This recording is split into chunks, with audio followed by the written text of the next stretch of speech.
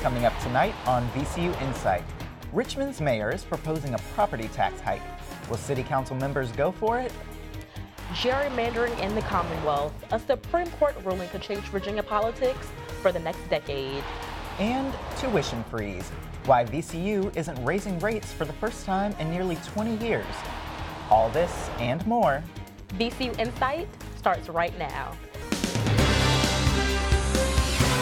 From the Richard T. Robertson School of Media and Culture at Virginia Commonwealth University, named Best Student Newscast in the Mid-Atlantic, this is VCU InSight. Good evening and welcome to VCU InSight. I'm Kelsey Jones. And I'm Dakota Rust. Thanks for joining us. Richmond Mayor LeVar Stoney is holding town hall meetings to drum up support for his proposed city budget. InSight's Brianna Ray Turner went to one of those meetings and joins us in the newsroom. Brianna? Dakota, so far only one member from the City Council supports Mayor LeVar Stoney's proposed budget. The main focus, tax increases. The mayor said they are needed, but the residents just aren't so sure. These adjustments are necessary. The mayor's 2020 budget includes a 9-cent property tax increase and a 50-cent per pack cigarette tax. That's $24 million in new revenue. Stoney says the money will go toward Richmond public schools, affordable housing, expanding bus routes, and repairing streets and sidewalks. Some residents at the meeting said they worry the money wouldn't be used efficiently. It's going to be just more than education. Money for education is not a panacea. You got to do housing. You got to do economic development because you got to get folks jobs. The mayor's budget also includes $22 million in new revenue from increasing home assessment values. Property tax values went up another 7% last year, the largest increase in a decade. The City Council will have its final say sometime scheduled in May. Reporting from our Richmond newsroom, I'm Brianna Ray Turner. For the first time in nearly 20 years, a possible tuition freeze for undergraduate VCU students. InSight's Nia Tariq joins us from campus with more on the VCU President's Michael Rao's budget proposal. Nia? That's right, Kelsey. If the budget goes through, VCU undergraduate students on campus will not be paying any more in tuition next year than what they're already paying right now. The proposed budget freezes tuition for in-state students at $12,094 and out-of-state students at $32,742. This announcement comes after the General Assembly agreed to contribute nearly $7 million to offset VCU tuition costs. Keep in mind, the 0% increase only applies to tuition. Housing, dining, and parking rates may increase between 2 and 4.5%. There are also plans to increase faculty and staff salaries between 4 and 5% based on merit. The Board of Visitors will be voting on the budget come May 10th, but they are accepting public feedback. If you have something to say about VCU tuition, we have made the public comment links available on our social media sites. Reporting from VCU's campus, I'm Nia Tariq. VCU may soon ban smoking on campus. The university is proposing a smoke and tobacco-free policy. If approved, smoking, vaping, and the use of all tobacco products will be banned indoors and outdoors. There would be a few designated areas for smoking. It still needs final approval, but if it goes through, it will take effect July 1st. Right now, Virginia students are counting down the days until summer vacation. InSight's Jacob Sexton is in the newsroom with a story about how long that vacation might last. Jacob? Traditionally, Virginia schools start after Labor Day, but that soon may change. Governor Northam signed 2 bills that will allow Virginia schools to start about 2 weeks before Labor Day. This eliminates the current King's Dominion law that was passed in 1986.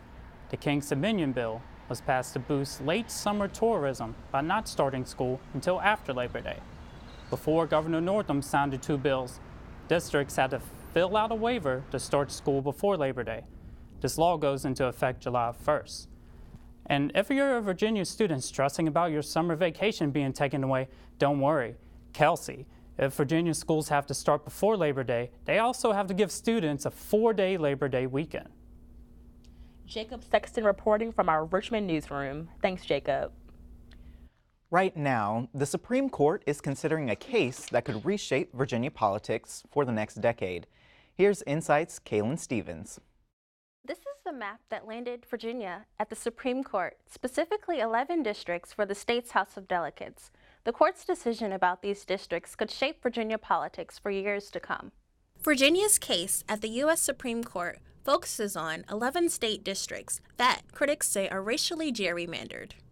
If you look at any of these majority black districts, they snake all over 7 different localities and really stretch over, and so they're really packing as many black people as they can into as few districts as possible. Nonpartisan and nonprofit organization One Virginia 21 rallied at the court, hoping the justices will find a way to stop gerrymandering for either party. And I hope the Supreme Court will take the opportunity to actually step in and at least make drawing the lines for partisan gain illegal. Redistricting is done every 10 years after the census. VCU professor and attorney William Oglesby explains that whoever controls the state house at the moment has the power over the maps. Redistricting, which is done once every 10 years, was done in such a way that only certain people were going to be elected. In 2011, Republicans were in power. They did receive bipartisan support for their district map. A federal district court ruled in June that the Virginia House of Delegates drew district lines in such a way that packs African Americans in some districts and dilutes their votes in others. Oglesby says the challenge for the court is to figure out a standard for considering race when redistricting. But whatever the decision, he'd like to see an end to gerrymandering. People should choose their representatives, not representatives choosing themselves. Right now, Republicans hold a slim majority in the state government. If the Supreme Court asks Virginia to redraw the map, it could give Democrats an advantage heading into this fall's election. For VCU InSight, I'm Kaylin Stevens. Beginning January 1st, 2020, the sales tax on personal hygiene products will be cut by more than half. Governor Northam recently signed 2 bills that will lower the sales tax on personal hygiene products to 2.5%. Folks in the Richmond area currently pay a 5.3% tax on these products. That's the regular sales tax rate. Some people call it a tampon tax, but it actually applies to other personal hygiene products like diapers. You may notice some speed limit changes on Richmond roads. Erica Huckabee joins us from the newsroom. Erica, it looks like the city is trying to slow down drivers. That's right, Dakota. The speed limit changes are a part of the master plan for safer streets. Let me show you where these changes are happening. These are the streets where the speed limit has been reduced from 35 to 25. Jefferson Davis Highway from Albany to Hull, Cowarden from Hull to Sims, and Belvedere from Idlewood to Lee. Other streets are going from 35 down to 30. That includes Forest Hill and Sims from Prince George Road to Cowarden. The slowdowns are mainly about pedestrian safety. No surprise here, but studies show that the risk of pedestrian death is much lower when vehicles are not going as fast. What's less clear is whether lowering the speed limit is actually slowing down traffic. There's mixed evidence on that. In Dakota, if you've ever driven down one of these streets, you know that they're moving pretty fast. Tell me about it. Erica Huckabee reporting from our Richmond newsroom. Thank you, Erica. Coming up, one of Richmond's most iconic restaurants has closed its doors. We take a look back on Strawberry Street Cafe. We've never been very good at sitting still. Maybe that's why we built our campus in the middle of a city. Why we put our classrooms on riverbanks, in Fortune 500 companies, even on stage. At Virginia Commonwealth University, learning happens everywhere. What matters most is how you make it real. Richmond's beloved Strawberry Street Cafe closed its doors in March. InSight's Elise Kim visited the 40-year-old restaurant before it served up its last bathtub salad. Strawberry Street Cafe first opened its doors in 1976. Since then, it's become an icon in the Richmond dining scene. Now, a new restaurant with new owners will open in its place. Tucked away in the heart of Richmond, Strawberry Street Cafe always felt like home to many. Generations even, people whose parents came here will start VCU and then they'll, all come here and then that'll just keep going and keep going. Over the decades, people return to the cafe to share special moments with their loved ones. It's a staple of the community, I would say. People have been coming here for over 40 years. So everyone has met here, dated here, had anniversaries here. It's a big part of a lot of people's lives. It was a first date that brought John Baker into the cafe. 40 years ago, I was lifeguarding at a pool in South Richmond, and my fellow lifeguard was a young lady, and she said, "You want to go out to dinner?" And she took me on a date, and we went to Strawberry Street Cafe. There's something unique about this cafe that no other restaurant in the area has, a bathtub for the salad bar. If you ever miss the iconic bathtub, you can stop by the Valentine Museum. The bathtub and drinks kept neighbors returning to the restaurant. For Baker, it was his project, recycling for Strawberry Street Cafe. I recycle. I've recycled 150 tons of cardboard. Struble says the new owners will change the name and revamp the restaurant. The concept will stay somewhat the same. We won't have a salad bar, but it'll be a family restaurant, comfort food, but still keep affordable price menu. The new owners are not new to the Richmond restaurant scene. They have experience with popular local restaurants like ZZQ, Comfort, and Peter Chang. For VCU InSight, I'm Elise Kim. The Rams found their way back to the big dance this year. It didn't turn out quite like they hoped, but as Adam Cheek reports, the team is pressing on. The Black and Gold's stellar season gave them a berth in this year's NCAA tournament. And we had an idea that we'd be in the tournament, but when our first time seeing that name, or VCU getting called, and it was like one of the first, it was crazy because it was like, oh, like we're really in this, or it's really about to happen. But in its first round matchup, VCU fell to Central Florida 73-58. As well as Oklahoma and Virginia here in Columbia. VCU forward Michael Gilmore played his freshman and sophomore seasons at VCU, transferring to Florida Gulf Coast before returning as a fifth-year graduate transfer. He's proud of the team's 25-8 season, no matter what happened during March Madness. But I think, it's just what it's about, playing in March, the opportunity to play in front of however many fans, going against guys with premier athletes. It's an exciting time, so I definitely get why it was like that. VCU assistant coach and former NBA player Brent Scott came with Coach Mike Rhodes from Rice University. He likes the direction the program is headed. Overall, great season for everybody. Obviously, came up short at the end, but getting back to the dance was one of our goals, and we got there. Second season coach Rhodes led the Rams to one of their best records of the decade, with the team making the tournament for the 7th time in 8 years. Rhodes will return next year, hoping to advance even further in the tournament. For VCU InSight, I'm Adam Cheek. And VCU will return next season with all but 2 of their current players. Spring has officially arrived, and rolling in with it, spring allergies. InSight's Ty Wonk has a preview of what to expect this allergy season. Warmer temperatures, shorts, and tissues. This year, Richmond is ranked in the top 15 cities in the country for the worst allergies. Stuffy nose and itchy eyes. Just some symptoms people face this time of the year. Itchy, watery eyes, a lot of sinus drainage, itchy throat, my skin will itch sometimes. The Allergy and Asthma Foundation of America has ranked Richmond number 10 in the country for the worst allergies this year. That's based off factors like pollen count, mold growth, and access to allergy specialists. Richmond resident Randy Lee has to see an allergist every week. I never really get a break from my allergies because I have different pollens and mold and grass allergies, so I get them both major seasons of the year. So you may have noticed your allergies acting up. Flowers start to bloom between February and May, releasing large amounts of pollen in the air, leaving March and April the worst time to go outside. Dr. William Hart from Richmond Allergy and Asthma Specialists say millions of people suffer from pollen and mold allergies. With allergies, your immune system overreacts to things that are naturally in the environment, and you can have a lot of different symptoms. And pollen is really good at finding its ways into your sinuses. The prevailing winds will bring pollen in from the mountains, so that will extend the season. With record-breaking rainfall levels back in 2018, Dr. Hart says that pollen isn't just from blooming flowers, but can also accumulate from trees and grass. Some advice from a longtime allergy sufferer: you start noticing you have a lot of drainage and stuff, I would maybe talk to your allergist about doing a nasal rinse.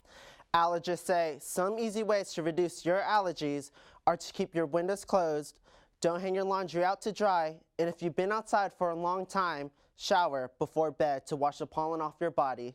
Reporting for VCU InSight, I'm Tai Wong. You may have seen headlines recently claiming that wireless headphones, like Apple's AirPods, cause cancer. I saw one of those headlines and decided to look into it. I found out the answer isn't so simple. The buzz started with this article published on Medium. Are AirPods and other Bluetooth headphones safe? True to the series it was part of, the article was actually a nuanced look at devices that emit non-ionizing electromagnetic fields, or EMF. But the rumor spread anyway. The reason for the alarmist headlines? The article referenced a petition from 2015 where hundreds of scientists told the World Health Organization that they had, quote, serious concerns about EMF exposure from Bluetooth devices.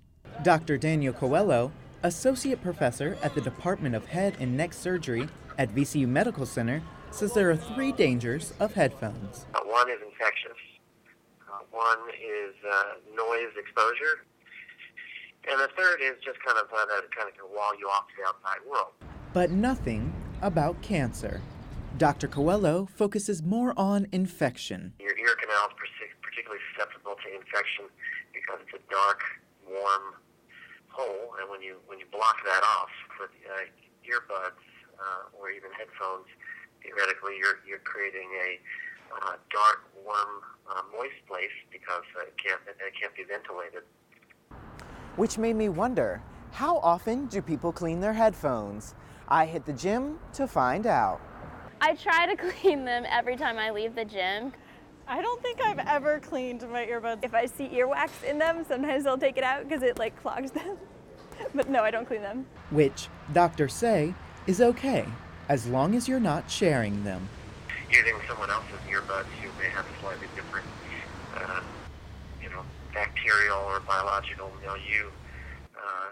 It's conceivable that you could transfer somebody else's bacteria to your ear, and your ear may be accustomed to having those bacteria. Currently, there are no studies linking ear infections and headphone use. Kelsey, how often do you clean your headphones? Honestly, not so much, Dakota. I'm going to start more now. Good. Coming up, you know what makes running more fun? Bringing the dog along. A look back at Richmond SPCA's annual dog jog.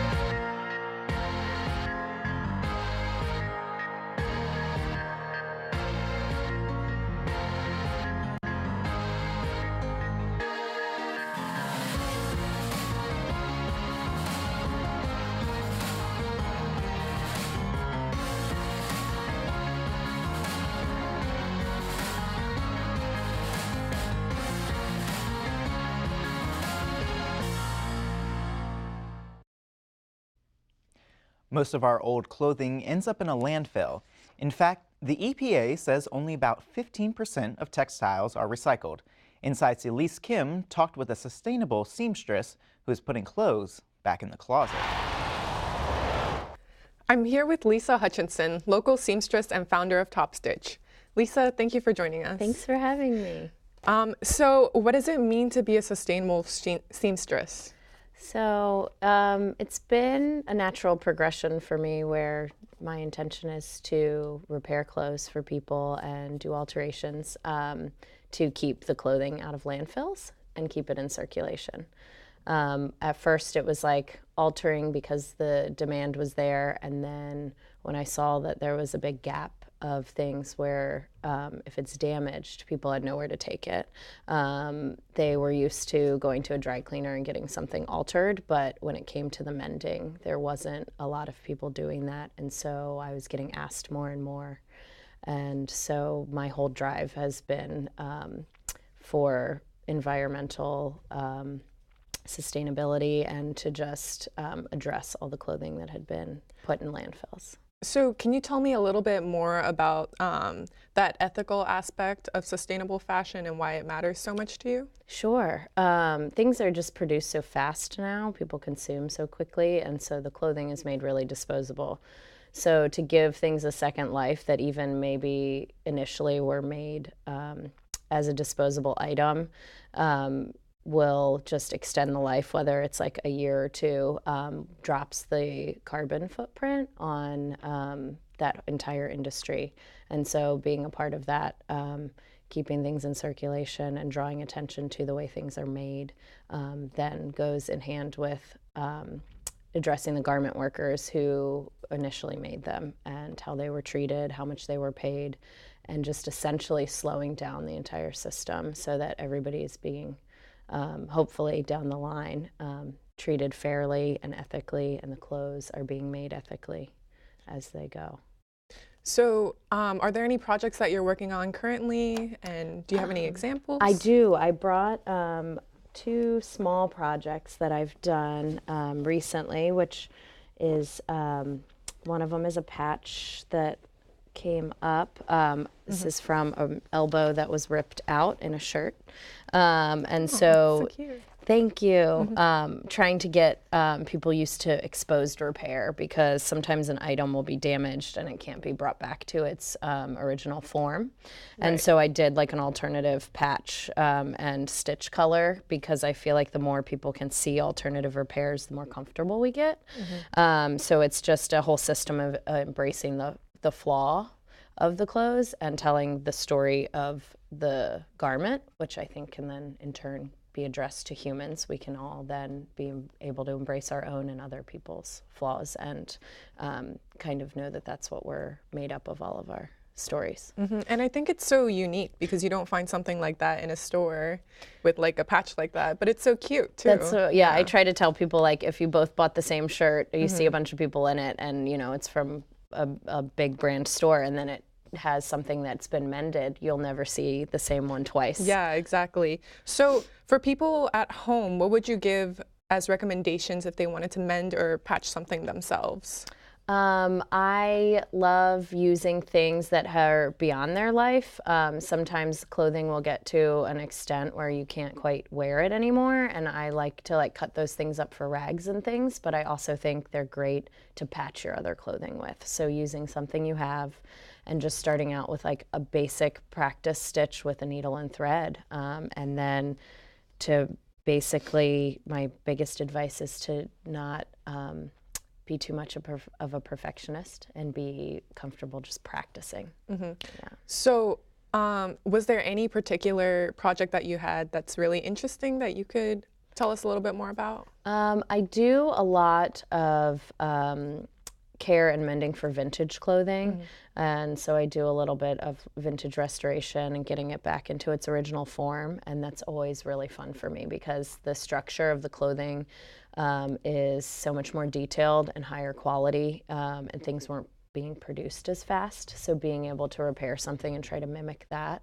And then I do a lot of reweaving, so holes in like knits and men's pants and wovens is really satisfying to put like an actual color plaid back into the garment to make it look like its original is really satisfying. Okay, well, thank you so much, Lisa. I've been speaking with Lisa Hutchinson, local seamstress and founder of Top Stitch. We've shared some information about Top Stitch on our social media channels. Just search for VCU InSight on Facebook or Twitter. Lisa, thank you for being here. Thanks for having me. In our final story tonight, the Richmond SPCA kicked off spring with its annual dog jog and 5K run. InSight's Katrina Tilbury was there. Unconditional love.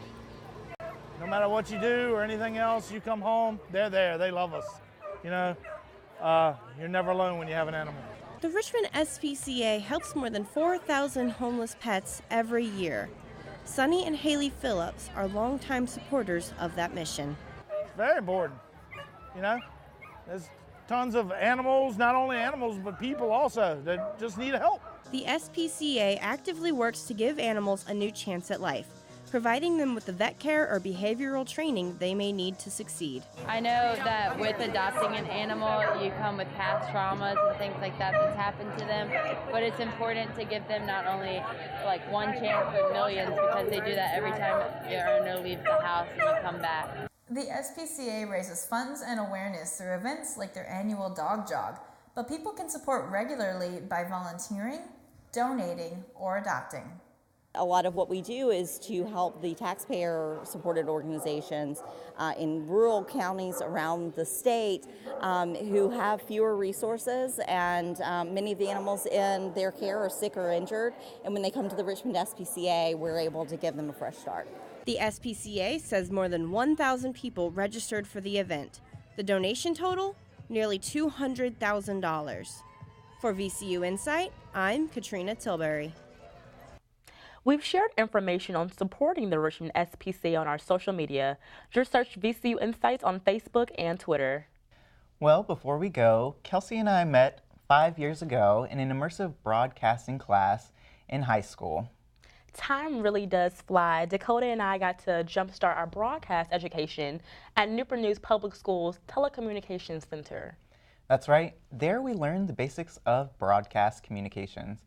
And in a little over a month, Kelsey will be graduating, and I can't wait to see where my broadcasting buddy lands her first job. Thank you, Dakota. I'm going to miss you too. Well, that does it for this edition of VCU InSight. You can see any of the stories from tonight's newscast by following us on Twitter and Facebook. Let us know about any stories you'd like to see on our show. And you can also find the full show on our YouTube page. Just search VCU InSight. Thanks for watching. I'm Dakota Rust. And I'm Kelsey Jones. We'll see you next time.